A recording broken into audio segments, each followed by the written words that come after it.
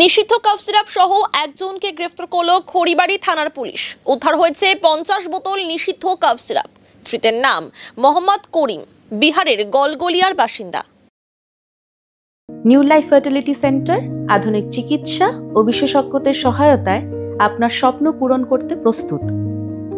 নতুন জীবনের স্বপ্ন সত্যি করতে আজই যোগাযোগ করুন। নতুন জীবনের সূচনা এখানেই। Cancer isn't the end. With the right care, it can be the start of a new beginning.